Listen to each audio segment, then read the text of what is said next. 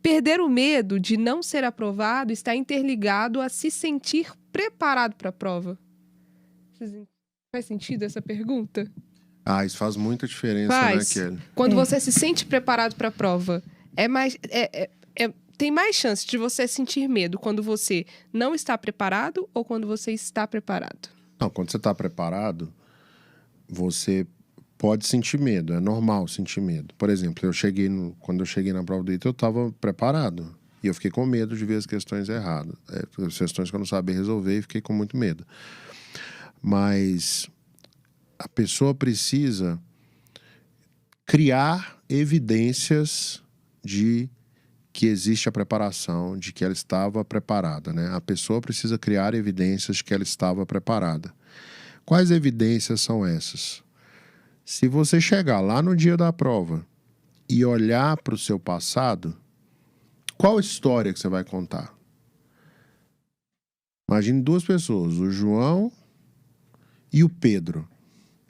O João e o Pedro ficaram nervosos no dia da prova. E aí, o João fez a seguinte pergunta: quantas redações eu fiz? E aí a resposta do João foi: eu fiz 90 redações. O Pedro, cara, eu fiz 9 redações. Imagina que o corretor, que uma pessoa perguntou para você: quantas redações vocês fizeram? O João, 90 questões, 90 redações. O Pedro, 9 redações. Quantas questões vocês resolviam, em média? O João, eu fazia 60 questões todos os dias. O Pedro, cara, nem parei para contar. Tinha dia que eu nem fazia exercício e eu tirei várias semanas de folga porque eu estava cansado. O João fez simulado toda semana. O Pedro fez 2 simulados. O João era o chato da monitoria, tirava todas as dúvidas, né? E olha que ser o chato da monitoria é uma grande qualidade. Quanto mais dúvida a pessoa tira na monitoria, melhor, né? Só o monitor preguiçoso que não gosta. Mas eu, por exemplo, adoro. Quando tem aluno que faz muita pergunta, eu adoro. Inclusive, a gente tem incentivo aqui para os monitores fazerem para os alunos fazerem perguntas e tal. Aí o Pedro, cara, nem sabia qual era o caminho da monitoria. Essas duas pessoas, quando olharem para os seus históricos, vão poder falar ou não a seguinte frase: cara, eu me preparei da melhor maneira. E no final das contas, é isso que vai fazer a diferença. Você poder olhar e dizer para você mesmo se você se preparou ou não. Por que muita gente fica com medo? Aí já não é mais o medo da prova, é o medo da vergonha. Porque a pessoa teve um ano inteiro para se preparar para o vestibular e ela não se preparou. Ela teve várias situações que ela poderia ter escolhido se preparar, estudar, e ela optou por não se preparar, né? E teve várias situações adversas que aconteceram e que podem ter impedido a pessoa de se preparar, e ela vai chegar no final do ano e vai falar assim: não, eu não fiz todas as redações porque eu tive esse problema que estava fora do meu controle. Eu não estudei todos os dias porque eu tive esse problema que estava fora do meu controle. E assim, a Kelly vai ser super legal com a pessoa, a Lucimara vai entender, eu vou entender, as pessoas vão entender, mas a prova só vai olhar quantas questões você acertou. E pronto, entendeu? E não vai mudar nada na vida de ninguém. Só uma pessoa vai ser afetada, que é a pessoa que chegou lá e não conseguiu fazer o que tinha que fazer. Fruto de não ter se preparado bem.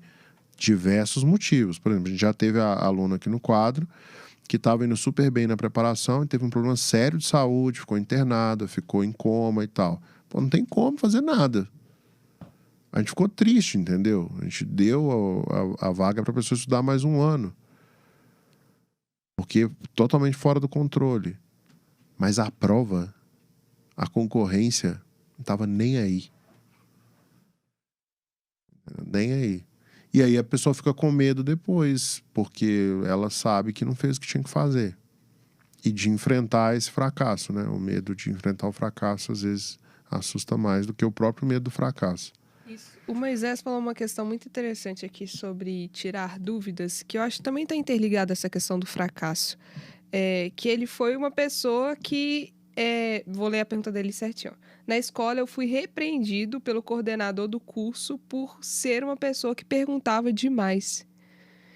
Então, ele se sentia fracassado, porque ele não podia fazer uma pergunta, ele não podia tirar uma dúvida. E ele pergunta aí, né? Como superar isso? Vou te responder, Moisés. Pergunta para o seu coordenador como que ele vai superar essa limitação dele, porque ele que é o limitado, Exato. não você. O problema é do coordenador. Entendeu? O problema é do coordenador, não tem problema nenhum em você. Então, assim, você não tem que superar nada porque você tá na sua posição. A sua posição é a posição de estudante, e estudante tem que perguntar. Porque vou falar uma coisa para todos vocês. Gente, quem não pergunta, não passa. Quem não pergunta, não passa. Pergunta, não passa no vestibular. Não é qualquer pergunta assim, me explica isso aqui. Não é isso, não.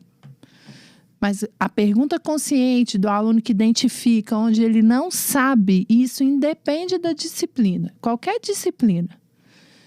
Se você não pergunta, você não aprende e logo você não passa. Tá? Então, assim, quer superar?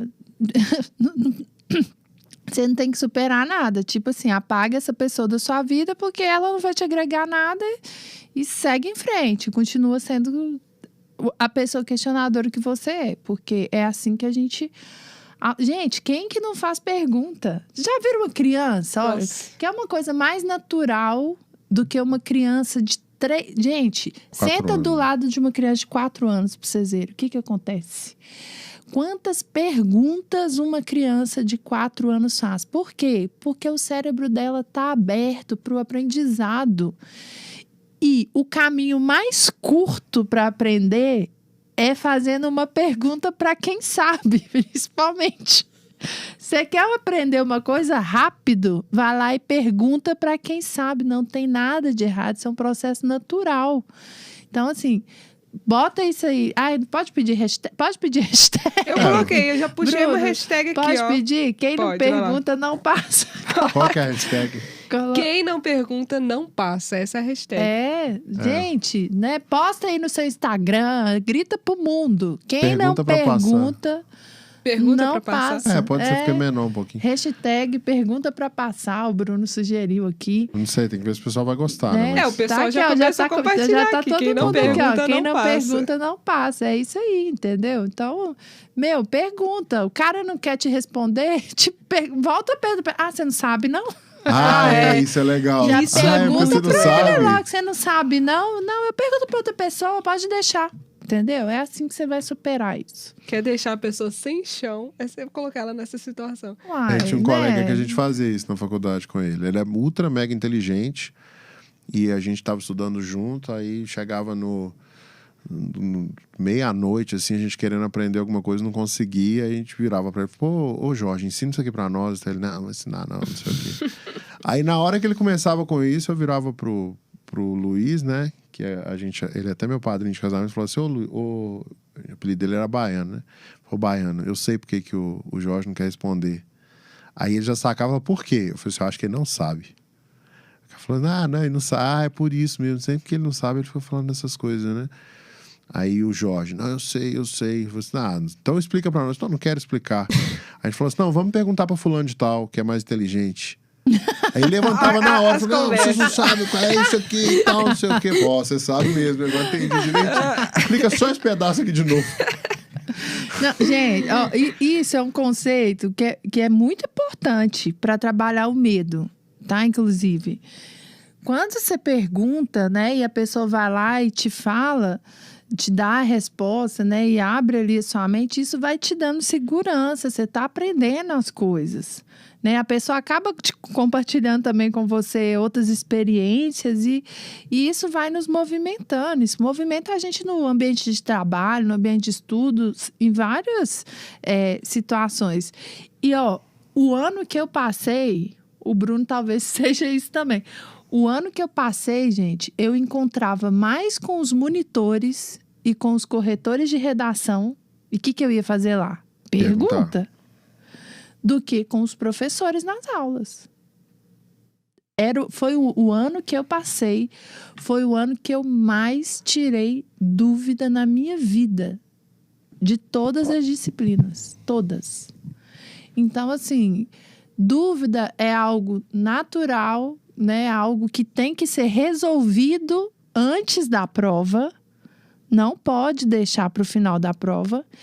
E à medida que você vai resolvendo suas dúvidas, que você vai ganhando conhecimento, vai construindo conhecimento na sua cabeça, é que você vai trabalhando a questão da segurança de chegar lá e fazer a prova. Você pode até ter medo de não passar.